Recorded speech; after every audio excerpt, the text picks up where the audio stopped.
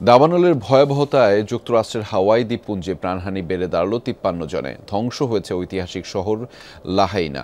Governor Josh green জানিয়েছেন, ধ্বংস হয়েছে রিসোর্ট সিটির ৮০% এলাকা, ভস্মীভূত ১৭০০-র বেশি ঘরবাড়ি ও স্থাপনা। মাউই দ্বীপে ১১,০০০ বাসিন্দা এখনও বিদ্যুৎহীন রয়েছেন। ২,০০০-এর বেশি মানুষ রাত কাটিয়েছেন খোলা আকাশের নিচে। সড়ক যোগাযোগ ব্যবস্থা পুরোপুরি বিচ্ছিন্ন। আটকা পড়াদের দ্রুত উদ্ধারে কাজ করছে ১৩টি হেলিকপ্টার। আগুন নিয়ন্ত্রণে এবং সার্বিক সহযোগিতার জন্য বিশেষ উদ্ধারকারী দল পাঠিয়েছে ক্যালিফোর্নিয়া প্রশাসন। এরই মধ্যে প্রেসিডেন্ট জো বাইডেন এক বড় ধরনের দুর্যোগ আখ্যা দিয়েছেন একে।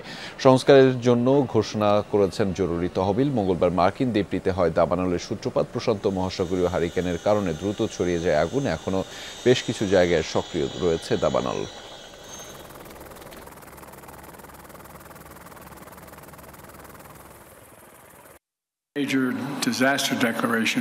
বিধ্বংসী দাবানল অর্ধশতাধিক মানুষের প্রাণ কেড়ে নিয়েছে হাওয়াইতে। সেখানে বড় ধরনের দুর্যোগ পরিস্থিতি ঘোষণা করা হলো। তাতে জরুরি ভিত্তিতে যাদের সহযোগিতা প্রয়োজন তাদের জন্য ছাড় করানো যাবে তহবিল। তাছাড়া যেসব নির্ভীক ফায়ার ব্রিগেড কর্মী এবং স্বেচ্ছাসেবী কাজ করছেন তাদেরকেও দেয়া হবে সার্বিক সহযোগিতা।